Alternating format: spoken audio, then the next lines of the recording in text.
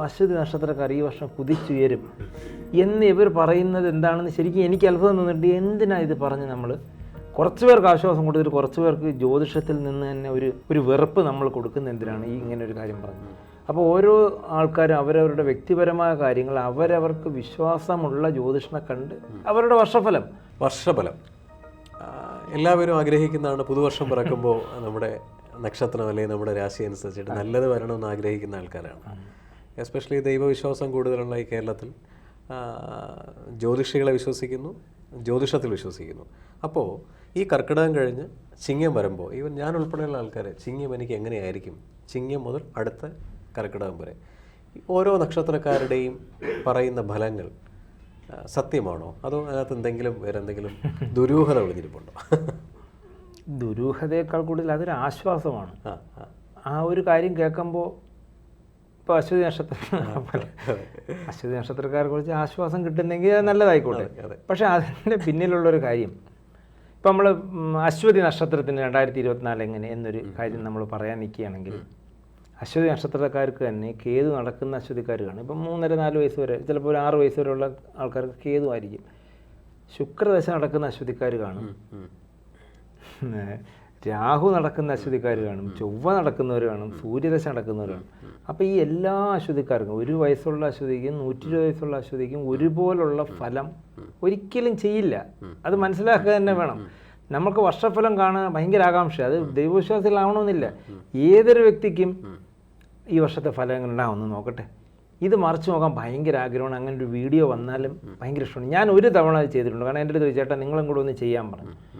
പക്ഷേ എനിക്കത് ചെയ്തപ്പോൾ ഞാൻ ഒട്ടും സാറ്റിസ്ഫൈഡ് അല്ല ഞാൻ ആ വീഡിയോ ചെയ്യുമ്പോഴും. കാരണം എന്ന് വെച്ച് കഴിഞ്ഞാൽ അത് ഇപ്പോൾ അശ്വതി നക്ഷത്രത്തെക്കുറിച്ച് നമ്മൾ ഈ വർഷം ഇറക്കുന്നു. അശ്വതി നക്ഷത്രത്തിൽ ആക്സിഡൻറ്റ് പറ്റി കിടക്കുന്നവരും കാണും, അശ്വതി നക്ഷത്രക്കാരന് ലോട്ടറി അടിച്ച ആളും കാണും, ജോലി നഷ്ടപ്പെട്ട അശ്വതി നക്ഷത്രക്കാരും കാണും, ജോലി കിട്ടി ഇൻ്റർവ്യൂവിന് കയറി അശ്വതി നക്ഷത്രക്കാർ കാണും.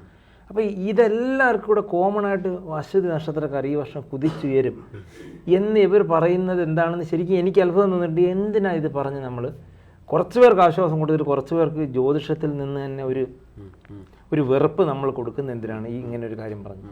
അപ്പോൾ ഓരോ ആൾക്കാരും അവരവരുടെ വ്യക്തിപരമായ കാര്യങ്ങൾ അവരവർക്ക് വിശ്വാസമുള്ള ജ്യോതിഷനെ കണ്ട് അവരുടെ വർഷഫലം അല്ല, പിന്നെ ഒരു വർഷഫലം എന്ന് പറഞ്ഞൊരു സംഭവം ഇല്ല. അതൊരു കാര്യം മനസ്സിലാക്കണം. ഒരു വർഷത്തേക്ക് ഒരു മനുഷ്യനൊരു ഫലമല്ല. കാരണം അതിലിപ്പോൾ ബുധൻ 28 ദിവസം കൂടുമ്പോൾ മാറുന്ന ഗ്രഹമാണ്. ശുക്രനും അതുപോലെ തന്നെയാണ്. ഇപ്പോൾ മാസത്തിൽ ഒരിക്കൽ മാറുന്നതാണ്. ഇപ്പോൾ ബുധനും ചൊവ്വ അങ്ങനെയുള്ള ഗ്രഹങ്ങൾ. ശനി 2.5 വർഷത്തിലൊരിക്കൽ ഇങ്ങനെ മാറും. വ്യാഴം 1 വർഷത്തിലൊരിക്കൽ എന്ന് പറയാം. രാഹുകേതുക്കൾ 1.5 വർഷത്തിലൊരിക്കലും മാറും. അപ്പോൾ ഇതിന് വർഷഫലത്തിൽ നമ്മൾ എങ്ങനെ പറയാൻ പറ്റും അതിന്? ഇപ്പോൾ ശനി രാശി മാറുന്ന 2.5 വർഷത്തിലൊരിക്കൽ മാറുമ്പോൾ കുറേ പേർക്ക് കണ്ടക ശനി വരും, കുറേ പേർക്ക് 7.5 ശനി വരും, കുറേ പേർക്ക് അതിൽ നിന്നെല്ലാം മാറും. അപ്പോൾ അതെങ്ങനെ കോമൺ ആയിട്ട് പറയാൻ പറ്റുന്നത്? 1.5 വർഷത്തിലൊരിക്കൽ രാഹുകേതുക്കൾ മാറുന്നുണ്ട്. വ്യാഴം മാത്രമേ വർഷത്തിലൊരിക്കൽ മാറൂ. അതും ഈ ചിങ്ങത്തിൽ തന്നെ മാറണമെന്നൊന്നുമില്ല. വ്യാഴം അത് മാറേണ്ട ഒരു സമയമുണ്ട്, അത് മാറും. പിന്നെ അടുത്ത മെയ് 13-ാം തീയതി മാറുന്നുണ്ട്, പിന്നെ ഇടയ്ക്ക് വക്രത്തിലൊക്കെ വരുന്നുണ്ട്. അപ്പോൾ ആ മാറ്റങ്ങളെല്ലാം നമ്മളെ ബാധിച്ചുകൊണ്ടിരിക്കുക. അപ്പോൾ 6 മാസത്തിലൊരിക്കലെങ്കിലും, ഞാൻ മാസത്തിലൊരിക്കൽ പറയുന്നില്ല, 6 മാസത്തിലൊരിക്കലെങ്കിലും ഒരു വിശ്വാസമുള്ള അവരുടെ കുടുംബ ജ്യോതിഷന്മാരുണ്ടാവും. അവരുടെ അടുത്ത് നിന്ന് നമുക്കിപ്പോഴങ്ങനെ ഗ്രഹമാറ്റങ്ങൾ എന്തോ ഉണ്ടോ എന്നൊന്ന് ഒരു ഉപദേശം സ്വീകരിക്കുന്നത് നന്നായിരിക്കും. അല്ലാതെ ഒരു വർഷഫലമായിട്ട് നമുക്ക് പറയാൻ പറ്റില്ല. ഈ വർഷം 2027 മുഴുവൻ ഒരാൾക്ക് നല്ലതല്ല. ഞാനൊരു സെൻറ്റൻസ് കണ്ടു, 2024 ലോട്ടറി അടിക്കുന്ന നക്ഷത്രങ്ങൾ എന്ന് പറഞ്ഞൊരു 9 നക്ഷത്രങ്ങൾ. ഞാൻ ആ 9 നക്ഷത്രങ്ങൾ ഇപ്പോൾ വാച്ച് ചെയ്തുകൊണ്ടിരിക്കുക. ഈ 2027 ആ 9 നക്ഷത്രത്തിൽ എൻ്റെ പരിചയത്തിലുള്ള 500ഓളം പേർക്ക് ഇതുവരെ ലോട്ടറി അടിച്ചിട്ടില്ല, ഒന്നും അടിച്ചിട്ടില്ല. ഡിസംബർ 31 എനിക്ക് ആ വീഡിയോ ഇട്ട ആളിനെ ഞാൻ കോൺടാക്ട് ചെയ്യുന്നുണ്ട്. എന്നിട്ട് ചുമ്മാ ഈ റീച്ച് കൂട്ടാനായിട്ട് നമ്മളത് ചെയ്യരുത്. ഈ വർഷഫലത്തിനകത്ത് വർഷഫലത്തിൻ്റെ പരിഹാരങ്ങൾ കൊടുക്കുന്നുണ്ട്. ഇത് കോമൺ ആണോ, ഇൻഡിവിജ്വലായിട്ട് ചെയ്യാൻ പറ്റുന്നതാണോ? ഇൻഡിവിജ്വലായിട്ട് ചെയ്യാൻ പറ്റൂ. കാരണം ഒരു വ്യക്തിയുടെ ഗ്രഹനിലല്ല മറ്റൊരു വ്യക്തിക്ക്. ഇപ്പോൾ ശനി ദശ നടക്കുന്ന ഒരാളിന് നമ്മൾ ശനിക്ഷേത്രങ്ങളുമായി ബന്ധപ്പെട്ട അല്ലെങ്കിൽ ശാസ്താവുമായി ബന്ധപ്പെട്ട വഴിപാടുകളാണ് നമ്മൾ എഴുതുന്നത്. അപ്പോൾ അതിൽ കോമൺ ആയിട്ട് കിടക്കുക ദേവിക്ക് ഇത് കടുംബായസം നേരുക, അല്ലെങ്കിൽ മഹാവിഷ്ണുവിന് ഭാഗ്യസൂക്താർച്ചന നേരുക. അങ്ങനെയാണെങ്കിൽ കിടക്കുന്നതെന്നുണ്ടെങ്കിൽ ഈ ശനിയുമായിട്ടുള്ള വൈബ്രേഷൻ ശരിയാവുന്നില്ലല്ലോ. നമുക്ക് ഓരോ ദേവതമാരെയും നമുക്ക് ഇതുമായിട്ട് കണക്ട് ചെയ്തിട്ടുണ്ട്, ഓരോ ഗ്രഹങ്ങളെ. അപ്പോൾ അത് കറക്റ്റ് ആകുമ്പോഴാണ് ആ പ്രകൃതി എന്നുള്ള താളം അവൻ്റെ ലൈഫുമായിട്ട് ചേരുന്നത്. ആ ഗ്രഹനിലയും പ്രകൃതിയുമായിട്ടുള്ള ആ ഒരു താളാത്മകം, ആ ഒരു സിംഫണി കറക്റ്റ് ആകുമ്പോഴാണ് അവൻ്റെ ലൈഫിൽ സന്തോഷം ഫീൽ വരുന്നത്. അല്ലാതെ ലോട്ടറി അടിച്ചിട്ടും കരഞ്ഞുകൊണ്ടിരിക്കുന്നവരും ഇല്ലേ. അപ്പോൾ ഒരു ധനം വന്ന് കയറുന്നതും അല്ല ആ സിംഫണി എന്ന് പറയുന്നത്. ആ പ്രകൃതിയുടെ താളവും നമ്മുടെ മനസ്സിൻ്റെ താളവും തമ്മിൽ ഒരു ഏകാത്മത വരണം. ആ ക്ഷേത്ര ദർശനം തന്നെ അതിന് വേണ്ടിയിട്ടാണ്, ആ ക്ഷേത്ര സങ്കല്പം തന്നെ അതാണ്. ഓക്കെ, അപ്പോൾ ഈ വർഷഫലം എന്ന് പറഞ്ഞ് കൊടുക്കുന്ന കണ്ടന്റുകൾ നമുക്ക് ഇപ്പോൾ സാധാരണ ജനറിക് അല്ലാതെ ഒരു കസ്റ്റമൈസ്ഡ് ആയിട്ട് വർഷഫലം നമുക്ക് നോക്കി അതിന് സൊല്യൂഷൻസ് കൊടുക്കാൻ കഴിയില്ലേ? പറ്റും. ഒരാളിന് വേണ്ടിയിട്ട് നമുക്ക് ഒരു വർഷത്തേക്ക്, അതിപ്പോൾ ജാതകം ഒരാൾക്ക് വേണ്ടിയിട്ടാണല്ലോ എഴുതുന്നത്. ജാതകം എന്ന് പറയുന്നത് ഒരാൾ ജനിക്കുന്നത് മരിക്കുന്നവരുള്ള ജാതകം അങ്ങനെയാണല്ലോ എഴുതുന്നത്. അപ്പോൾ അതുപോലെ ഒരു വർഷത്തിൽ ഒരാളിൻ്റെ കാര്യങ്ങൾ അറിയാനായിട്ട് കൺസൾട്ടിങ് എടുക്കുന്നവരുണ്ട്. ഈ വർഷം എനിക്ക് അങ്ങനെ ഉണ്ട്, അത് ന്യായമായ കാര്യം. കാരണം എന്ന് വെച്ചാൽ അത് ആ വ്യക്തിക്ക് കൃത്യമായിട്ട് അറിയാൻ പറ്റും, ആ വ്യക്തിക്ക് ഈ സമയമാകുമ്പോൾ മാറുന്നു എന്നുള്ളത്. പക്ഷേ അപ്പോൾ ആ കോണ്ടാക്ട് ചെയ്ത വ്യക്തി 30 വയസ്സുകാരനാണെന്ന് വിചാരിക്കുക. ഇദ്ദേഹത്തിൻ്റെ ദശയോ അല്ലെങ്കിൽ സമയമോ ഹോറോസ്കോപ്പോ ആയിരിക്കത്തില്ല 40കാരൻ്റേത്. ഇപ്പോൾ 30 വയസ്സുകാരനായ അവന് ശനി ദശ നടക്കുന്നു. പക്ഷേ ശനി ജാതകത്തിൽ 9ാം ഭാവാധിപനാണ്, അല്ലെങ്കിൽ ലഗ്നത്തിൽ ശനി നിൽക്കുന്ന ആളാണ്, അല്ലെങ്കിൽ തുലാം രാശിയിൽ ശനി നിൽക്കുന്നു, അദ്ദേഹത്തിൻ്റെ ലഗ്നം തുലാമാണ്. ശശമഹായോഗമല്ലേ ആ വ്യക്തിക്ക്, ശനിയെ കൊണ്ട് അദ്ദേഹം രക്ഷപ്പെട്ടില്ലേ. അപ്പൊ ആ വ്യക്തിക്ക് ശനിദോഷമില്ല. പക്ഷെ വേറൊരാൾക്ക് അഷ്ടമാധിപനായിരിക്കാം ശനി, ആ വ്യക്തി സെയിം നാളുമായിരിക്കാം. കണ്ടില്ല, അവിടെ തന്നെ വ്യത്യാസമുണ്ട്. ഇപ്പൊ ജനിച്ച 5 മിനിറ്റ് കഴിയുമ്പോൾ തന്നെ മാറി കാര്യങ്ങൾ.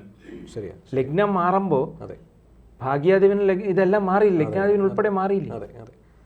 അപ്പോൾ എന്താ പറയുക, ആരും ഈ പറയുന്ന വർഷഫലങ്ങൾ കേട്ട് പേടിക്കാതിരിക്കട്ടെ.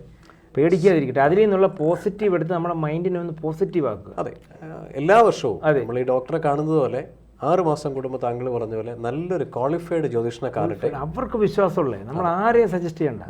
അവർക്ക് വിശ്വാസമുള്ള അവരുടെ ഫാമിലിയായിട്ട് റിലേറ്റ് ചെയ്ത ഏതെങ്കിലും ആൾക്കാരുണ്ടാവും. അതെ, എല്ലാ ജ്യോതിഷനും കഴിവുകളുണ്ട്. അപ്പോൾ നല്ല ക്വാളിറ്റി ആയിട്ടുള്ള ജ്യോതിഷനെ 6 മാസത്തിൽ ഒരിക്കൽ കാണുകയും അവരുടെ ഗ്രഹസ്ഥിതി പരിശോധിക്കുകയും അടുത്ത വർഷം എന്താണെന്ന് തീരുമാനമെടുക്കുകയും നല്ല പരിഹാരങ്ങൾ ചെയ്യുകയും ജപവും ചെയ്യുക എന്നുള്ളതാണ് താങ്കളുടെ ഒരു ഔട്ട്പുട്ടായിട്ട് ഞാൻ കാണുന്നത്.